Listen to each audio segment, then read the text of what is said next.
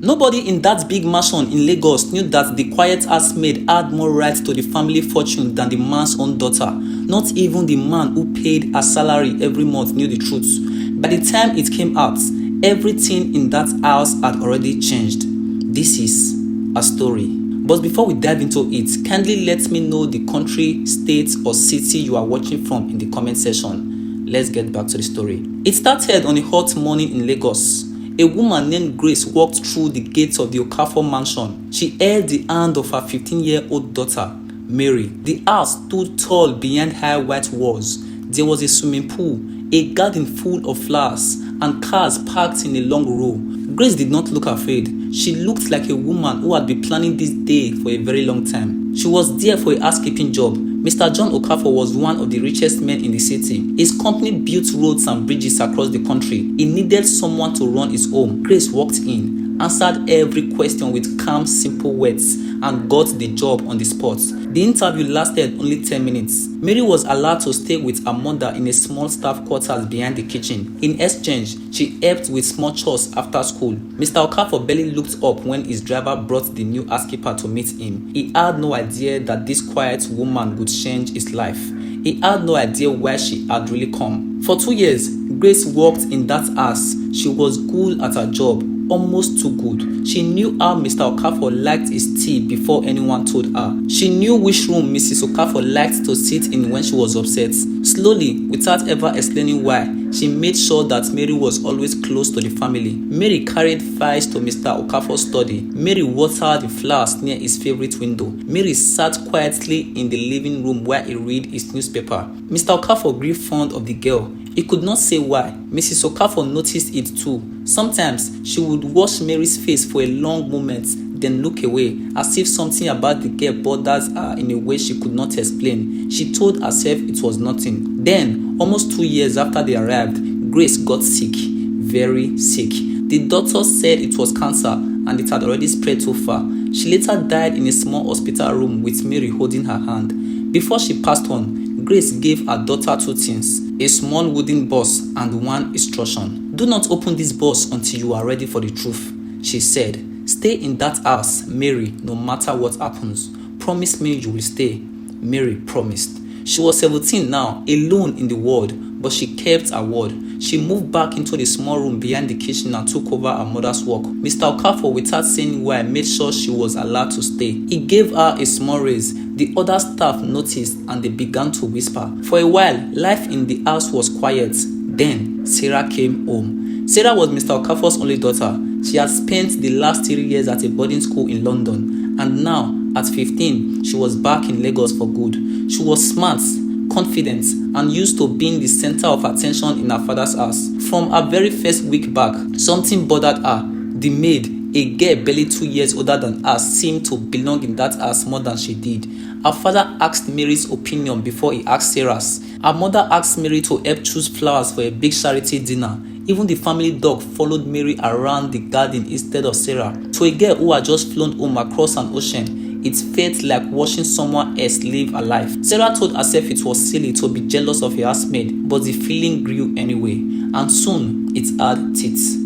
It started small. A gold bracelet went missing from Mrs. Okafor's room. Days later, it turned up under Mary's pillow during a surprise room check. Mary said she had never seen it before. No one believed her. Then a pair of earrings disappeared. They were found wrapped in cloth at the bottom of Mary's laundry basket. Mary again said she was innocent. This time, fewer people listened. What no one in that house knew was that Sarah herself had taken both items. She had hidden them in Mary's room while Mary was busy with her chores. Sarah told herself she was not a bad person. She told herself she was only protecting her family from someone who did not belong there. Mrs. Okafor, who once looked at Mary with something close to warmth, now looked at her with suspicion. Mr. Okafor, who had defended Mary after the bracelets, grew quiet and distant after the earrings. The staff began to talk behind closed doors, and Mary, 17, motherless, with no family of her own, began to feel the wall of that house closing in on her, just like her mother had once warned her they might. More than once, she thought about opening the wooden box, but a promise to a dying mother is not easy to break, so she waited. The breaking point came on a Friday evening. Mrs. Okafor discovered that a family heirloom, A gold pendant that had belonged to her own late mother was missing from its case. There was no denying this one. Mr. Okafor, his voice shaking with anger, Mary had never heard from him before, told her to pack her things and leave by morning. He did not even look at her when he said it. That night, alone in the small room that used to be her mother's, Mary finally opened the wooden box. Inside, she found a folded letter in her mother's handwriting, an old photograph, and a sealed envelope with one line written across the front, "For John, when she is ready." She read the letter slowly. Her hands were shaking before she even reached the second paragraph. Years before Mary was born, Grace and a young John Okafor had been deeply in love. This was long before he became one of the richest men in Lagos, long before he married Elizabeth. Grace found out she was pregnant only after John had already moved away to chase his career in another city. She never told him. She did not want to hold him back, and she was too proud to ask for anything. She raised Mary alone, quietly, for 15 years. Then came the diagnosis. Grace knew her time was short, and she could not bear the thought of Mary growing up with no real family left at all. So she made a plan. She found out where John lived now, found out that his house needed staff, and walked through those gates not as a stranger, but as a mother trying to give her daughter one last gift. A father, even if neither of them would ever know the truth right away. Mary sat on the floor of that small room for a long time before she could stand up. The next morning, she walked into Mr. Okafor's study. She placed the sealed envelope on his desk. "My mother asked me to give you this," she said quietly, "when I was ready. I think I am ready now." What followed was a silence that changed the house forever.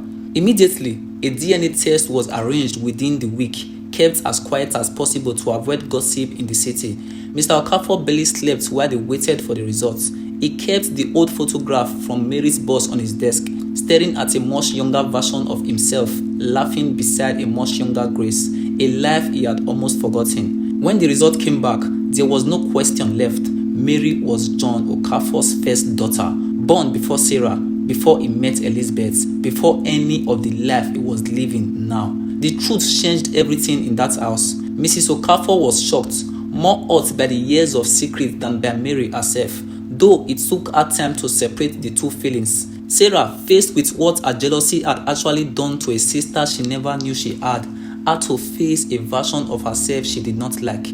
But the biggest shock came 2 weeks later, when the family lawyer arrived to review Mr. Okafor's will. He had written it more than a decade earlier, long before anyone suspected Mary existed. One line in that document would change everything. "All my major assets, including this house, are to be inherited by my first child." At the time he wrote this will, Mr. Okafor had believed that child would be Sarah. He had no idea he was writing a promise to a daughter he did not even know he had. Mary had not come to that house for money.